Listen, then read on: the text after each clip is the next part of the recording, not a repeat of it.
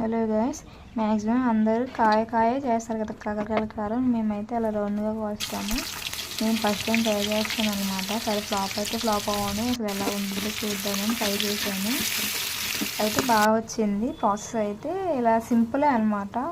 అవి వేపేసి వెల్లిపాయలు వేసి కారం వేసి అదంతా పెట్టేసి మనకు మసాలాలు ఉంటాయి కదా, ధనియాల పొడి అలా కొంచెం. నేను చాలా సింపుల్గా చేసేసాను. మళ్ళీ ఫ్లాప్ అయితే అన్నీ వేస్ట్ అయిపోతాయని చెప్పేసి సాల్ట్ వేసేసి మంచిగా ముక్కలన్నీ వేగేదాకా ఉంచాలి. తర్వాత కొంచెం ధనియాల పొడి వేసేసి మొత్తం బాగా మిక్స్ చేసాను అనమాట.